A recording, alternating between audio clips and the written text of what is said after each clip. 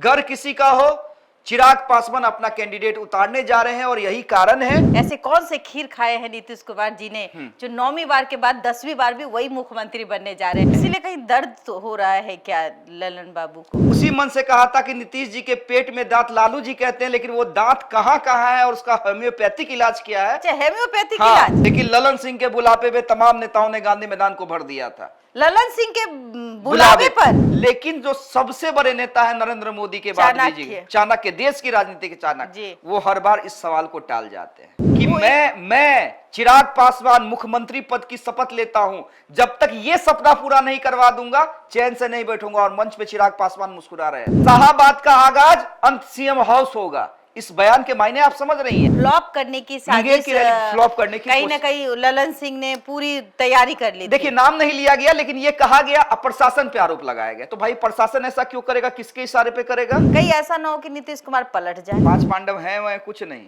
कोई 5 पांडव एक दूसरे से मेल नहीं खा रहे हैं। चर्चा जो समाज को बदल दे, चर्चा जो कहने पे मजबूर कर दे कि कौन बनेगा मुख्यमंत्री। आज हम बात करेंगे चिराग पासवान और माननीय नीतीश कुमार के बेटे निशांत के बारे में। जन्मदिन बीत गई और आपने देखा भी होगा जिस तरीके से संभावी चौधरी केक खिलाते हुए नजर आती हैं। और पिछले दिनों मंच पर भारी भीड़ और कई लोग चिराग पासवान को देखने के लिए उनकी आंखें तरसती हुई नजर आई।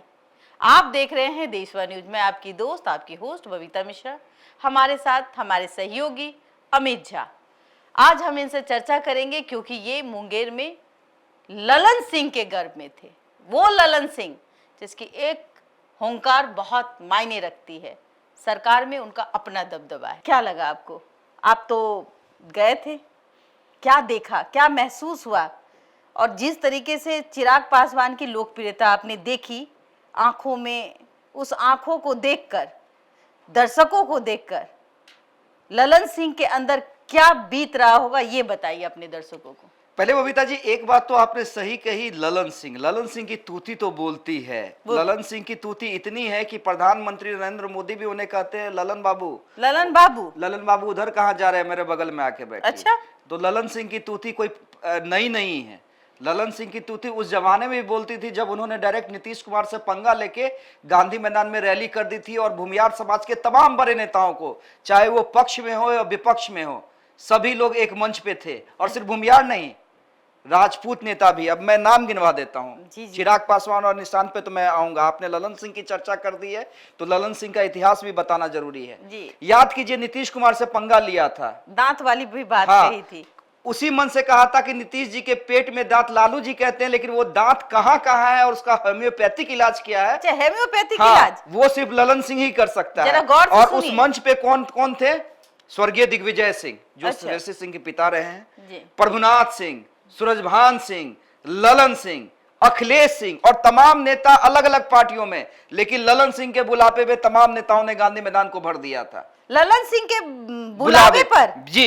और तमाम नेता अलग अलग पार्टी में थे। सूरजभान किस में थे? बहुत बड़ी बात कह रहे हैं। सूरजभान उसमें एलजेपी में थे, प्रभुनाथ सिंह आरजेडी में थे, दिग्विजय सिंह नीतीश कुमार से नाराज चल रहे थे, अखिलेश सिंह आरजेडी से नाराज होके उन्होंने उसमें इस्तीफा दिया था और तमाम नेता ललन सिंह के बुलावे पे चल गए। तो ललन सिंह की तूती तो बोलती है। और और आपने कहा ललन सिंह के घर मुंगेर में क्या हुआ था।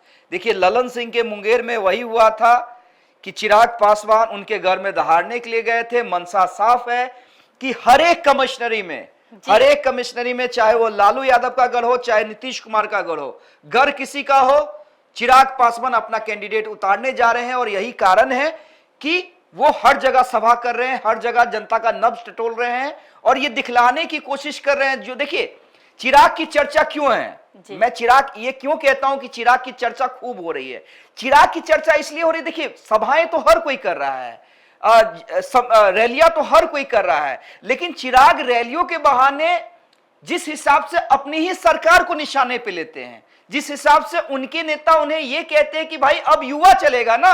अच्छा, आपने जो करना था वो कर लिया, अच्छा, अब तो युवा को मौका दीजिए। बिल्कुल बिल्कुल। तो प्रोजेक्ट किया जा रहा है बतौर सीएम चिराग पासवान को, इसलिए चिराग चर्चा में है। इसीलिए कहीं दर्द तो हो रहा है क्या ललन बाबू को? ललन बाबू को, नीतीश कुमार को नहीं हो रहा है क्या? प्रधानमंत्री नरेंद्र मोदी के मंच आशीर्वाद पे तो दिया ही ना। एग्जैक्टली नीतीश कुमार ने आशीर्वाद नहीं, दिया, क्या आशीर्वाद भाव? नहीं दिया। चिराग ने यह कहा कि मैं आशीर्वाद लूंगा। अब एग्जैक्टली क्या हुआ था मैं बता देता हूं।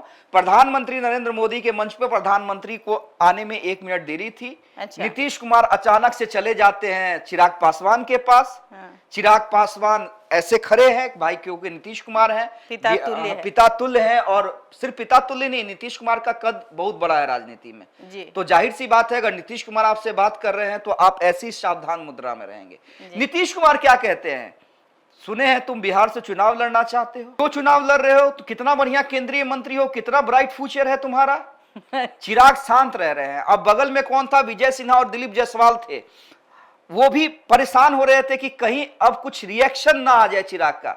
लेकिन चिराग ने बड़ी बखूबी उसे संभाला और कहा कि जी पार्टी अगर चाहेगी तो मैं चुनाव लड़ूंगा, और चुनाव लड़ने के समय आपका आशीर्वाद लेने जरूर आऊंगा। हाँ, एक मीठा बात। हाँ, एक मीठा बात कह के चिराग लड़ गए। देखिए नीतीश कुमार ये जान रहे हैं कि 2020 में चिराग ने क्या किया था। जी, जी। जो सबसे बड़ी पार्टी जो 20 सालों से राज कर रही है, नीतीश कुमार को बिहार के राजनीति का चाणक्य कहा जाता है।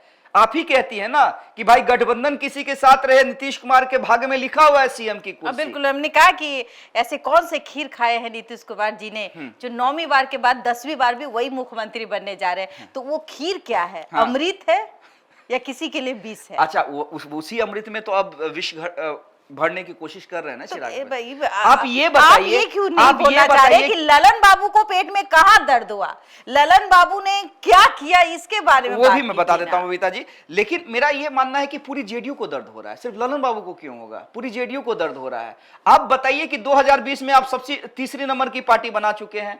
अब नीतीश कुमार के मुख्यमंत्री बनने पर सस्पेंस है, क्योंकि अमित शाह ने अभी तक ये नहीं कहा है, नेतृत्व जरूर कहा है, लेकिन सीएम का वही बनेंगे अमित शाह ने नहीं कहा है। सम्राट चौधरी ने जरूर कहा है, दिलीप जायसवाल ने जरूर कहा है, लेकिन जो सबसे बड़े नेता है नरेंद्र मोदी के बाद चाणक्य, देश की राजनीति के चाणक्य, वो हर बार इस सवाल को टाल जाते हैं जी। तो एक तो वो परेशानी, दूसरी परेशानी कि भाई चिराग पासवान सीएम बनने की बात कर रहे हैं कि किंग नहीं तो किंग मेकर जरूर बनेंगे। और कल जिस तरह से बबीता जी राजेश वर्मा ने कहा कि मैं चिराग पासवान मुख्यमंत्री पद की शपथ लेता हूं, जब तक यह सपना पूरा नहीं करवा दूंगा चैन से नहीं बैठूंगा। और मंच पे चिराग पासवान मुस्कुरा रहे थे। अरुण भारती क्या कह रहे थे, शाहाबाद का आगाज अंत सीएम हाउस होगा। इस बयान के मायने आप समझ रही हैं। पूरी एलजेपीआर ने मन बना लिया है कि चिराग पासवान को ही सीएम फेस बनाना है, तो नीतीश कुमार को नहीं चुभेंगे क्या चिराग पासवान? ललन सिंह चाहेंगे कि मुंगेर जो उनका गढ़ है वहां पे चिराग पासवान रैली सफल करके दिखला दे। यही कारण था। देखिए जो चर्चाएं ये हैं कि महंगा मैदान दिया गया। हम और आप इसकी पुष्टि नहीं करते। नहीं, बयान है, एलजेपीआर के नेता का बयान है। अच्छा, हाँ, 1 लाख का बयान 7 लाख में दिया गया। 1 लाख का मैदान 7 लाख में दिया गया, ये बहुत बड़ी बात है। सर्किट हाउस आप जानती हैं। अच्छा, आप अगर सर्किट हाउस में रहना चाहें तो नहीं रह सकते हैं क्या?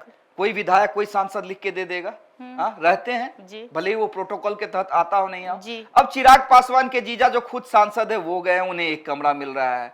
प्रदेश अध्यक्ष राजू तिवारी जो पूर्व विधायक है उन्हें कमरा नहीं मिल रहा है सर्किट हाउस का। क्या मतलब ये इसको इंसल्ट कहिएगा? और जो पुलिस प्रशासन की व्यवस्था थी बबीता जी, गाड़ियां कई किलोमीटर दूर रुकवाई जा रही थी। क्यों? कारण सुरक्षा के दृष्टिकोण से चिराग पासवान को थ्रेट मिला है। तो पुलिस के पास तो कई हथियार है ना। लेकिन आप ये बताइए कि 2-3 किलोमीटर पहले बसें रुकेंगी तो जाहिर सी बात है लोगों को आने में देर होगी, रैली में देर होगी। हाँ, बहुत चलने में भी दिक्कत बबीता जी 1.5 घंटे पहले जब चिराग मंच पे आए ना, 1.5 घंटे पहले तक एलजेपीआर के बड़े नेताओं के चेहरे पे हवाइयां उड़ती मैंने देखी है। कैसी हवाइयां? क्योंकि भीड़ जुटी नहीं थी। अच्छा, अंत में चिराग पासवान के आने से 15 मिनट पहले पूरा मैदान भरा है। मतलब इसका मतलब ये कह रहे हैं कि भीड़ को फ्लॉप करने की साजिश, फ्लॉप करने की कहीं ना कहीं ललन सिंह ने पूरी तैयारी कर ली। देखिए नाम नहीं लिया गया, लेकिन ये कहा गया प्रशासन पे आरोप लगाया गया। तो भाई प्रशासन ऐसा क्यों करेगा? किसके इशारे पे करेगा? किसके इशारे पे करेगा? ललन सिंह के इशारे पे। प्रशासन को कोई दुश्मनी? ललन सिंह को क्या ही मतलब है चिराग पासवान से? भाई उनके सबसे बड़े नेता को चैलेंज कर रहे हैं सीएम के तौर पे। अच्छा, अभी जब हमने बात कही, कल की बात है, निशांत का बर्थडे था, संभावी चौधरी केक खिला रही थी, उनके हस्बैंड साहिल कुणाल भी वहां मौजूद थे। वो भी चाहते हैं कि वो युवा हैं और राजनीति में आए और बढ़ चढ़ के बिहार के में भागीदारी करें। हो सकता है कि 10वीं बार मुख्यमंत्री के तौर पे हम निशांत कुमार को देख सकते हैं इट में भी। तो ऐसे में जब खुद संभावी चौधरी उनको केक खिला रही है, उनको आगे बढ़ा रही है, ऐसे में आप कैसे कह सकते हैं कि पेट में दांत आंत ये सब क्या बात नहीं? देखिए, संभावी चौधरी का एक अलग रिश्ता भी है। अशोक चौधरी जो उनके पिता हैं वो नीतीश कुमार के किचन कैबिनेट के मेंबर कहे जाते हैं। Kitchen cabinet? हाँ, किचन कैबिनेट, यानी हर बात उनसे नीतीश कुमार शेयर करते हैं। आप देखती भी होंगी नीतीश कुमार सुबह सुबह उठ के उनके यहाँ नाश्ता करने चले जाते हैं जी। तो अशोक चौधरी का अपना कद है सरकार के अंदर में, संभावी चौधरी उनकी बेटी हैं, तो संभावी भाई बहन का रिश्ता है। हाँ, तो संभावी चौधरी और चिराग पासवान उनके नेता हैं, उनकी पार्टी से सांसद हैं। तो संभावी चौधरी अभी उस फेज में है कि ना वो नीतीश का विरोध करेंगी ना चिराग का विरोध करेंगी। वो बार बार उन्होंने चिराग पासवान के मन से कहा भैया आप आगे बढ़िए, हम आपके साथ हैं। तो संभावी चौधरी चेक एंड बैलेंस करेंगी, उनका हर जगह संबंध है।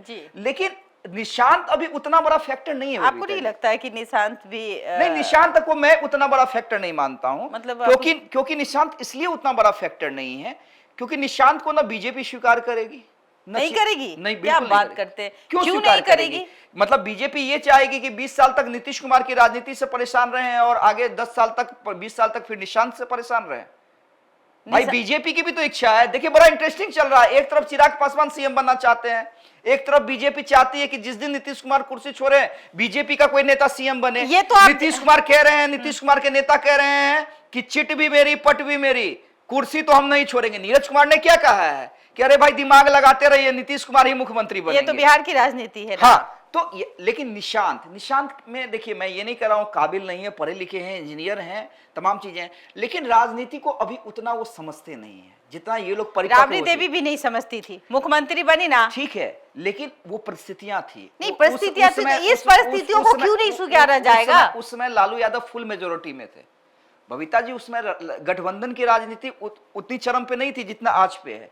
लालू यादव उसमें फुल मेजोरिटी पे, वो जो डिसीजन लेते तो मजबूरी है ना। आप देखिए ना भाई, आप 9वीं बार आप मुख्यमंत्री के तौर पे आप नीतीश कुमार को देख रहे हैं। अगर नीतीश कुमार ये फैसला लेते हैं सरकार बनने के बाद, हाँ, जिस गठबंधन में बीजेपी हो, चिराग पासवान हो, नीतीश जेडीयू हो, मांझी जी की पार्टी हो और उपेंद्र कुशवाहा की पार्टी हो, ये जो बाकी क्षत्रिय छत्रप है वो क्या चाहेंगे कि नीतीश कुमार, देखिए नीतीश कुमार के नाम पे तो भले ही 1 मिनट के लिए मान जाए, चिराग भी मान जाए, मैं अंतिम में ये भी कह देता हूं कि चिराग भी मान जाए नीतीश कुमार के नाम पे, अगर उनकी सारी शर्तें मान ली जाए, जैसे उनको उनके मन मुताबिक सीटें दे दी जाए, जैसे सरकार में उनके 4-5 मंत्री बना दिए जाए, तब भी हो सकता है चिराग मान जाए कि चलिए नीतीश कुमार की अब आखिरी पारी है, 1.5-2 साल का वक्त है, मुझे कोई दिक्कत नहीं है। लेकिन चिराग क्या निशांत के नाम पे मानेंगे?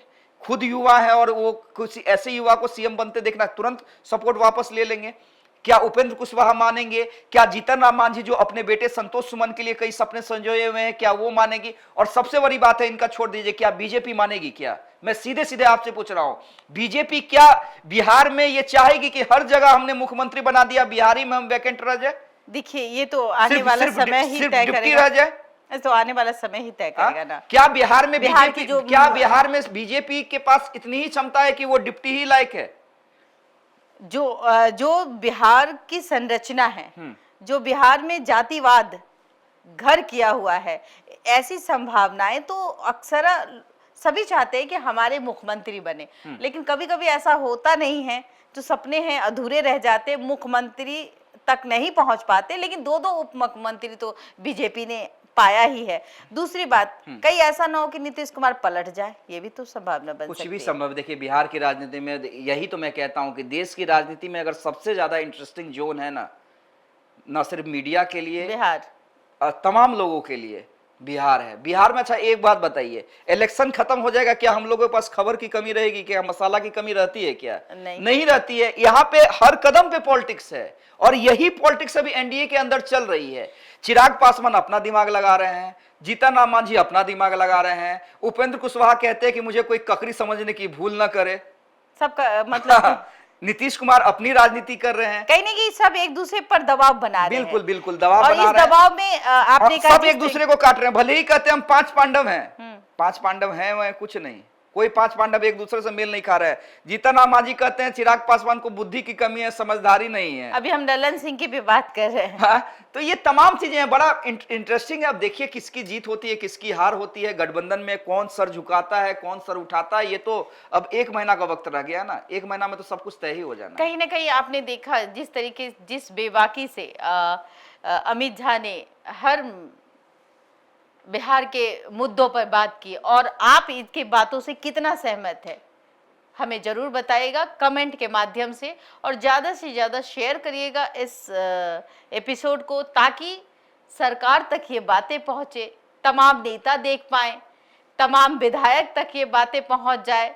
और चिराग पासवान तो जरूर देखते हैं, ये मुझे भी पता है, लेकिन मैं यही कहूँगी कि चिराग पासवान के अलावा ललन सिंह जो मुंगेर के शेर हैं, उन तक भी ये बातें आनी चाहिए।